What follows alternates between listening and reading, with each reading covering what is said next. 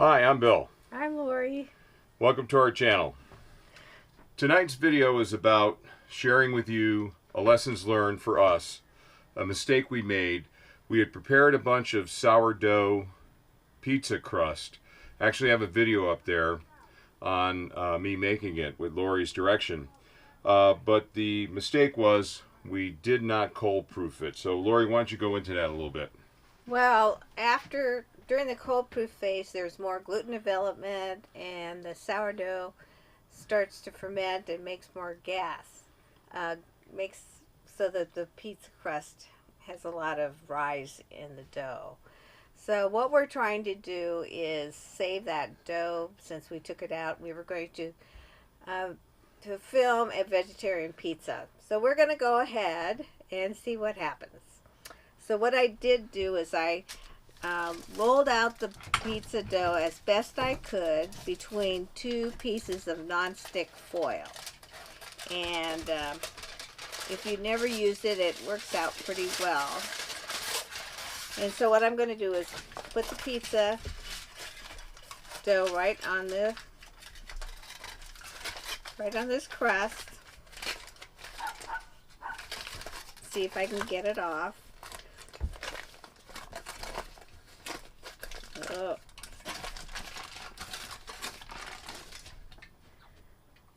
Oh. So it's got a few holes, but we'll try to patch it.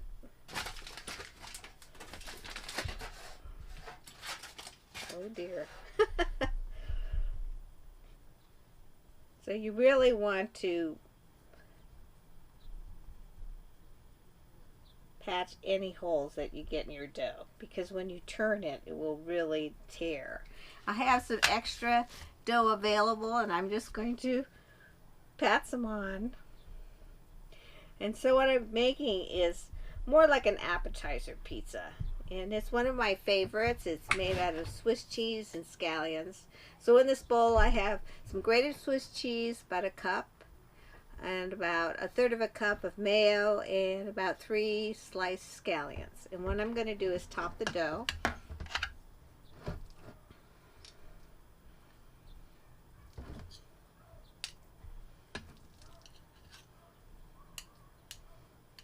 And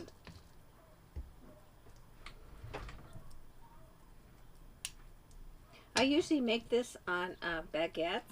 Sliced baguettes when we have parties, and this is a really delicious appetizer that everybody likes. So I thought it would make a good vegetarian pizza alternative. And what I'm going to do is top it with some asparagus and peppers.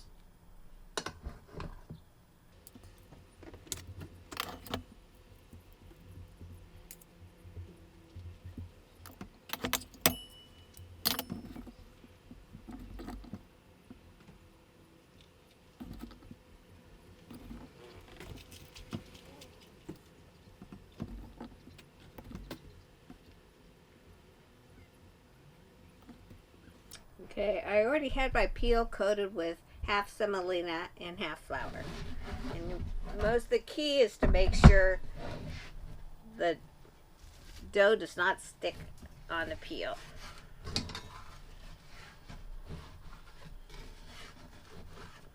So you want to shake the dough, make sure it's loose. Okay, here we go.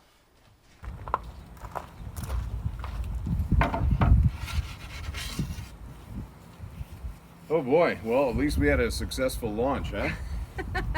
Yeah, could have That's really a good start. Boy, that looks great. Well, it should be a healthy combination of vegetables and Swiss cheese will make it extra delicious. Yes. So it's got peppers and asparagus, and the Swiss cheese will make it real delicious and healthy. We want to wait probably till it's really... Wait a little longer? Yeah. Because we never know how this is going to turn out. Yeah, again, this is kind of on the learning curve. Okay. Trying to recover from a mistake we made. All right, I think it's time. Uh-oh. Okay.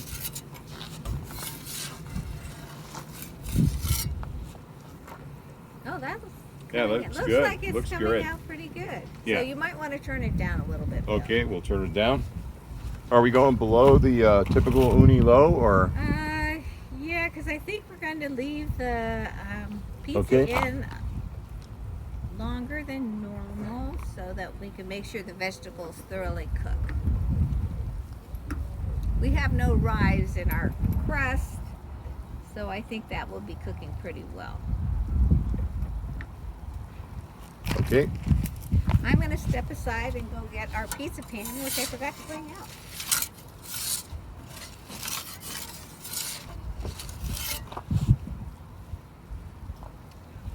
And again, as we said from the beginning, we're in Missoula, Montana, on our month-long trip through Montana and Idaho.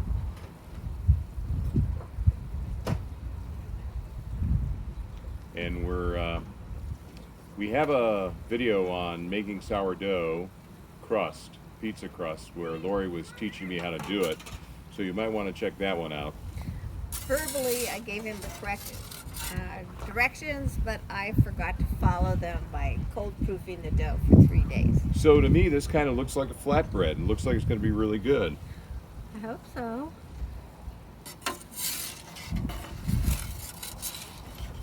Okay, The other thing I noticed is we have a bit of wind here tonight. So when I check the temperature on the four corners of the pizza stone, clearly the front right is considerably lower, which it generally is anyway, but it seems tonight it's a little bit lower. The wind is actually blowing right into the Ooni oven.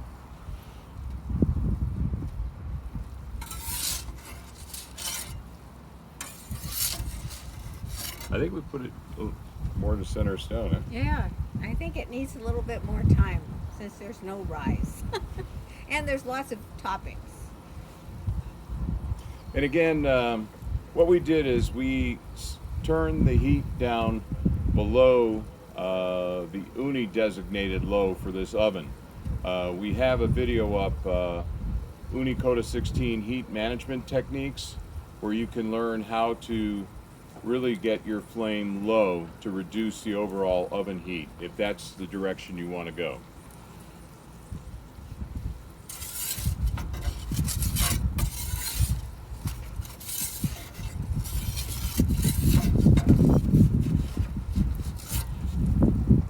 Oh, it looks pretty good. I just like to have the cheese a little brown myself.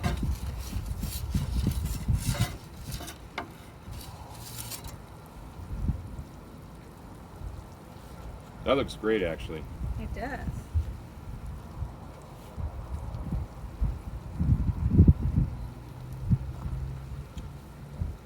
And if you like roasted asparagus, be sure to check out our roasted asparagus video on our channel as well. Well, you have to say there's quite a bit of leoparding happening. Yeah, definitely.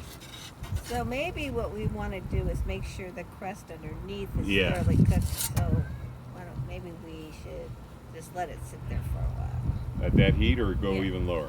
No, I think at that heat. Okay.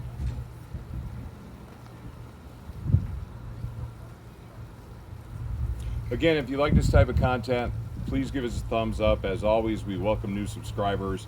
And what's really important to us are your comments and questions. Your comments really help us not only improve our skill as pizza makers and our skill in using the Ooni Koda 16 and the Grizzler plate and the cast iron skillet and everything, but it really helps us shape our content for you to make sure we're giving you the content that you like.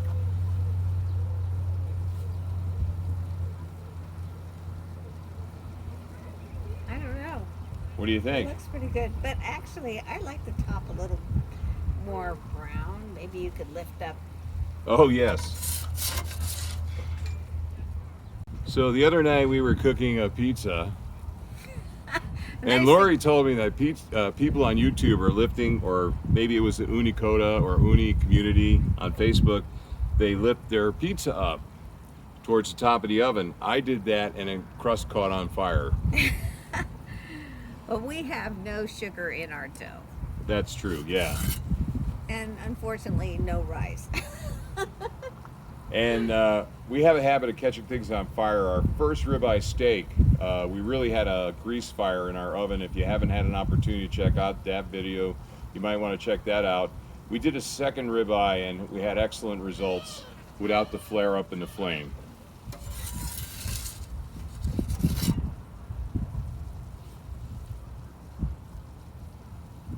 Looking pretty good, huh? For what we thought was a complete failure, you've recovered nicely.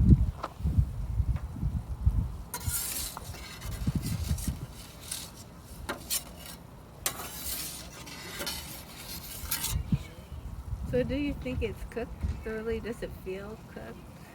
Here, do you want to... Okay.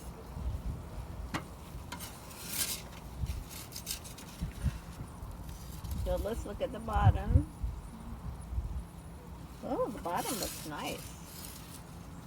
Maybe if we bring it closer in, it'll get more brown.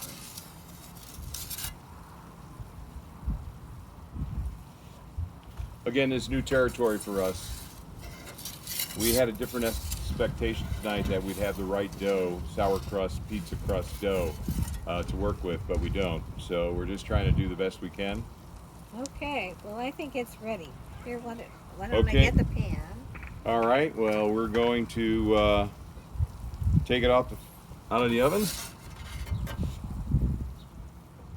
Wow, that looks pretty good. All right, well, we're going to go in and we're going to cut the pie and we're going to taste it, and then we'll come back with a recap and share our thoughts on the results that we had here tonight.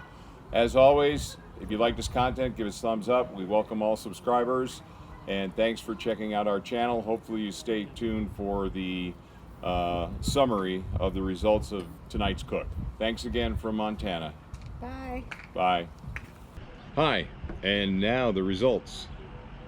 Well, the pizza tasted pretty good. The crust needed a little bit more time, and I prefer that the top be more brown and bubbly. So I think we should have turned the oven up a little bit higher at the end, just to give that char to the cheese. I like the way it looks and tastes when it's a little bit brown.